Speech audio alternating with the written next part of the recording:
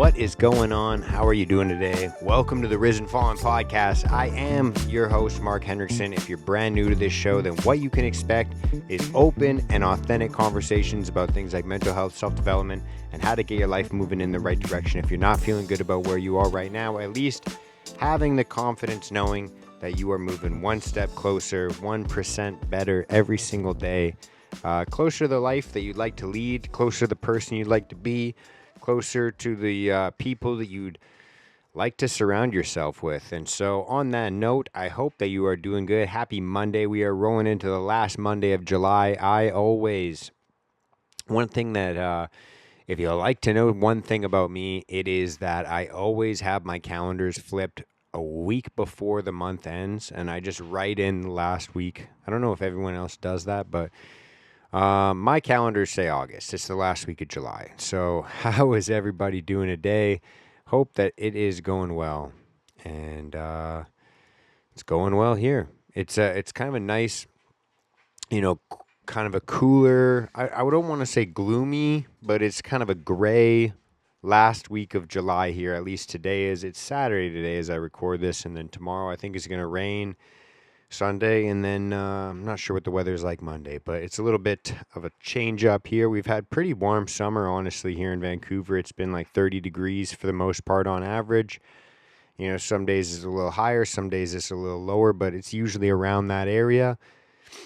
And it's been a good summer. I'm really enjoying it. I'm being busy with work, and this year's been a little bit of a weird one because early in the year, in March, I had my shoulder surgery, and so it definitely changed the way that I did a lot of things. My exercise had to adapt. I obviously had to stop going to jiu-jitsu for a while and then take a little break from that. So I've been doing a lot more running and stretching. Before my surgery, I was lifting a lot, and I was going to jiu-jitsu as often as I could.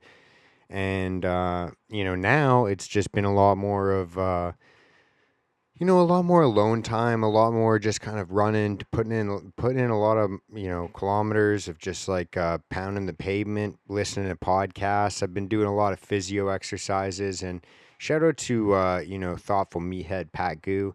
He's been on the podcast before multiple times. You guys know him well, and, obviously he's a smart dude. And so I've seen him a couple times. He's been giving me a little bit of supplementary work to do with my physio stuff, just to keep me busy, entertained, honestly.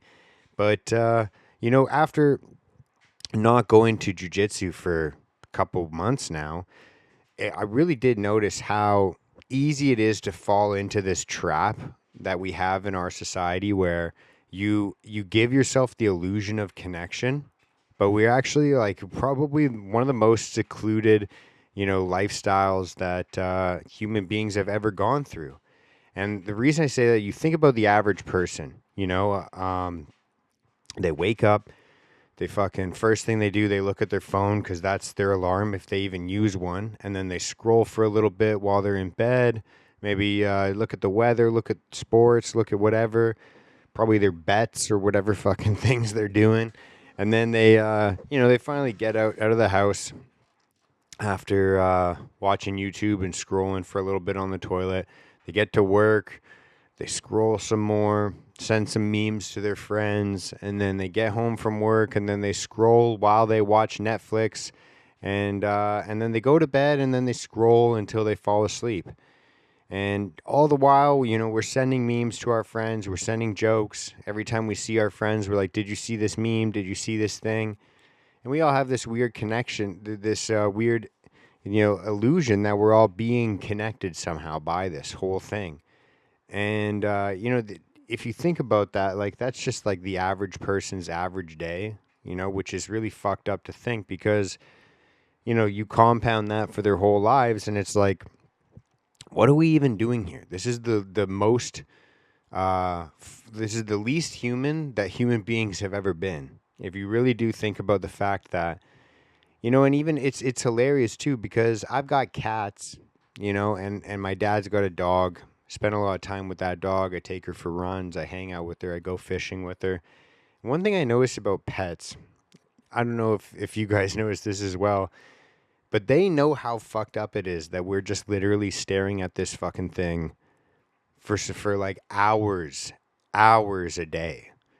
And they know something's off. Like I have cats, they come by sometimes. Like if I'm sitting and doom scrolling on the toilet, dude, one of my cats, she'll just walk in and fucking try and smack my phone out of my hand. Like they know it's a trap. They see you just like glazed fucking staring at it, and they're like, dude, something's wrong. Like that thing's consuming your life.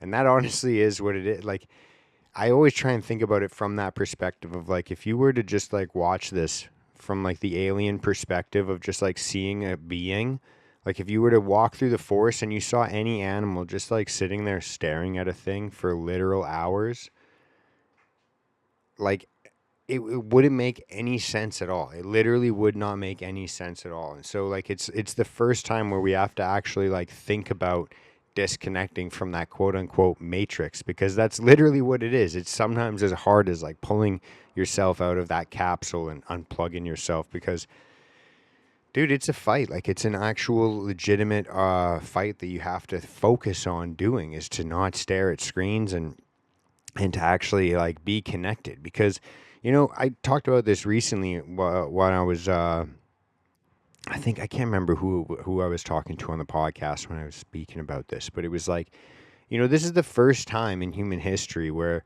if you think about any other time, without smartphones, like literally picture human beings without smartphones. I know that's a huge ask for most people, but just try your very best. Focus on that for a bit.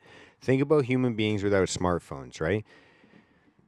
You'd fucking live your life, and you'd have this like community of people around you. Maybe you're forced into whatever your dad does for work. You're like, you just do that thing. Your dad's a farmer. Guess what? You're a farmer, or like a blacksmith. Guess what? You're a blacksmith. And so like you just kind of live. You got a church in your little community, and you go there, and there's like all the grandmas and aunts and everything. Every single Sunday, they're taking care of all the kids or whatever. You can adapt this to whatever culture you like, but it's like it's almost as if having a community and having a group of people around you that kind of know a little bit too much about your life than you're comfortable with, and they call you out on some things that you shouldn't do, and it's uncomfortable, and you're like, man, why am I getting all this judgment? Why am I getting all this guidance? Why am I, it was like a community was just like forced upon you. You had no choice. There was no conversation about it. They were like, that's just what life is. You're like, yeah, you have nosy aunts and uncles, or you have, you know, the grandpa of the neighbor or whatever who fucking just yells at everybody because the biggest problem of that day is the biggest problem in his life at that time. And whatever it is, you have these like characters in your community that you interact with on a daily basis, whether it's just like on your morning run, you run past them and you say good morning and they say their good morning to you and all these things. It was like for the entire existence of human beings, we just had a group. You always just had a community, and there's pros and cons to those things. Like I said, sometimes it's uncomfortable and people know a little too much, and you know, if you've grown up in a small town or a suburb, you kind of know what that's like. But again, it was back in those times, and again, I'm not even talking about like a long time ago. It was like even when I was a kid, there was still like fucking sports teams and art clubs, and people would go and join running clubs or a yoga club or a jiu-jitsu gym or whatever it is.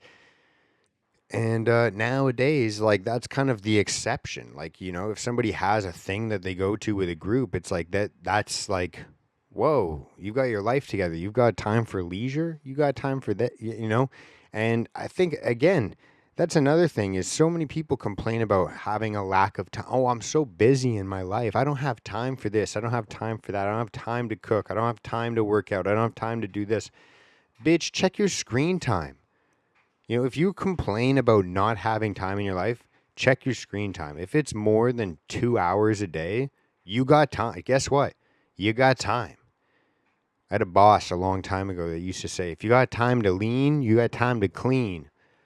If you got time to scroll, you got time to do fucking anything else. That's because literally anything else other than maybe crack cocaine would be better for you than that. And so it's a thought that I had. I was out there running, going and saying my, good mornings to people, because I'm one of those guys. I am one of those people. Like, even if I have my headphones on, I'm running through the neighborhood, I've got my hood on and sunglasses on, it's summertime, whatever it is, you best believe I'm going to make eye contact with you. I'm going to say good morning. I'm going to say, hey, what's up?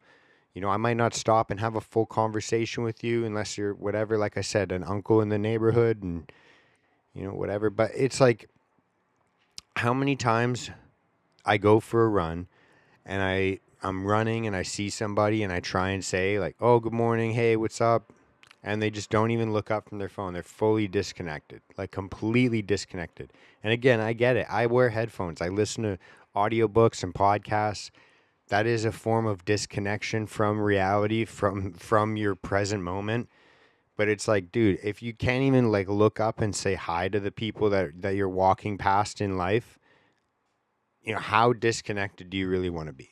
That's really, and again, it's not even like you have to put in the effort to disconnect nowadays. It's actually the default. The default. If you look up like the average screen time, I can't remember what it was, but I did this before on the podcast.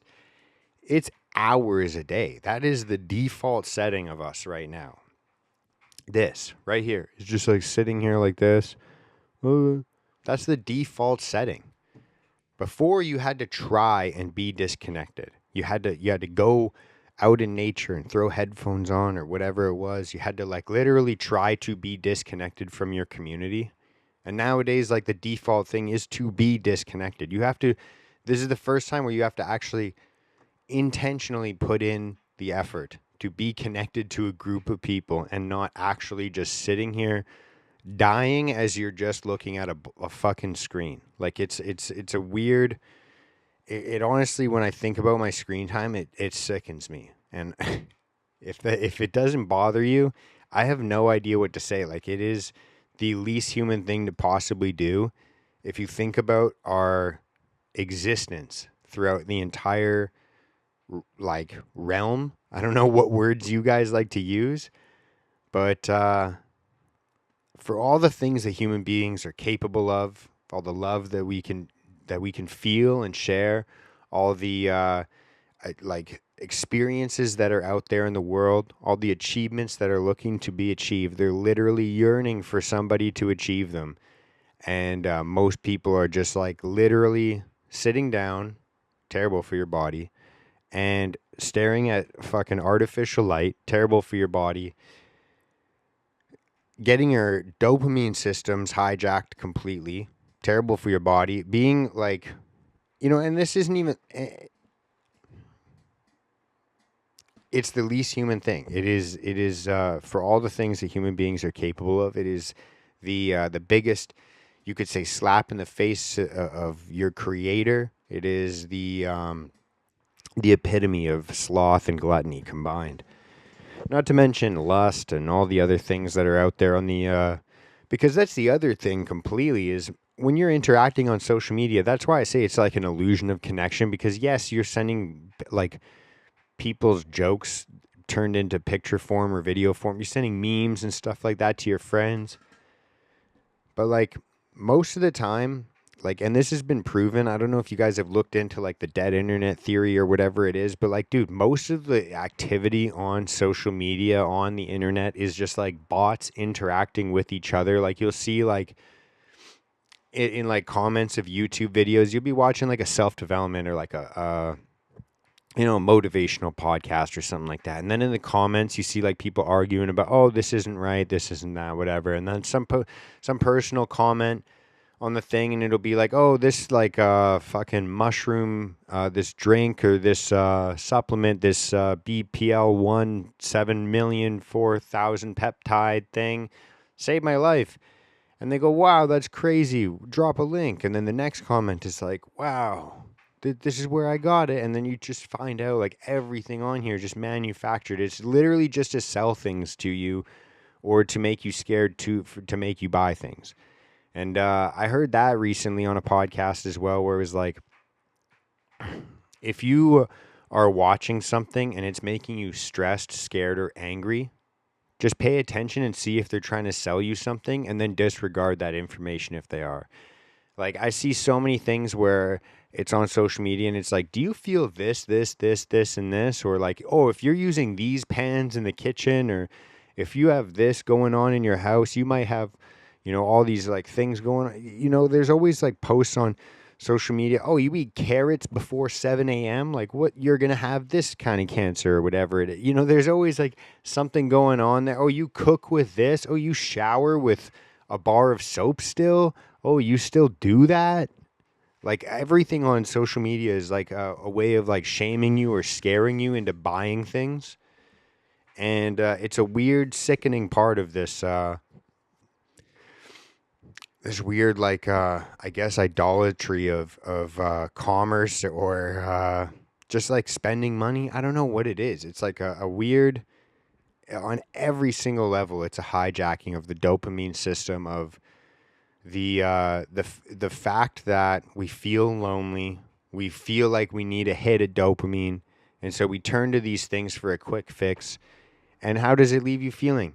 Even more lonely, even more separated, even less motivated, even more willing to just consume whatever is given to you. And you know, whether you think it's nefarious or not, I obviously, my tinfoil hat always tells me these things are somewhat kind of orchestrated. But whether you think it's nefarious or not, you have to really honestly take a look and be honest with yourself about how dangerous these things are, whether it was planned that way or not. We human beings are not meant to, as pleasurable as it feels for some people, we're not meant to just stare at screens for literal hours of the day. And you can do the math. You can look at your screen time, and I challenge everybody to do this. You look up your screen time, your daily average screen time across all devices. You got a Mac. I know you got an iPhone and a MacBook and a this and a that and whatever. You calculate it, all devices, all put together. What's your daily screen time? And then multiply that by fucking whatever you like, 365 days. That's how much time you're wasting, and literally wasting. And that's honestly the very last point that I'll say.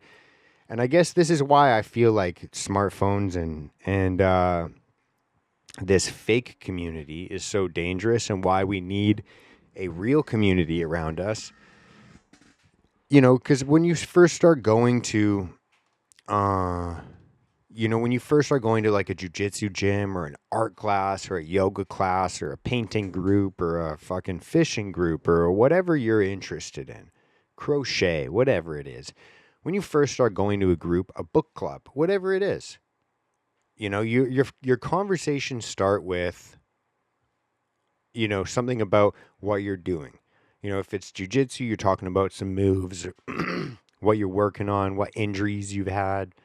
If it's a book club, you're talking about the chapter you just read, the upcoming chapter, what you think could happen.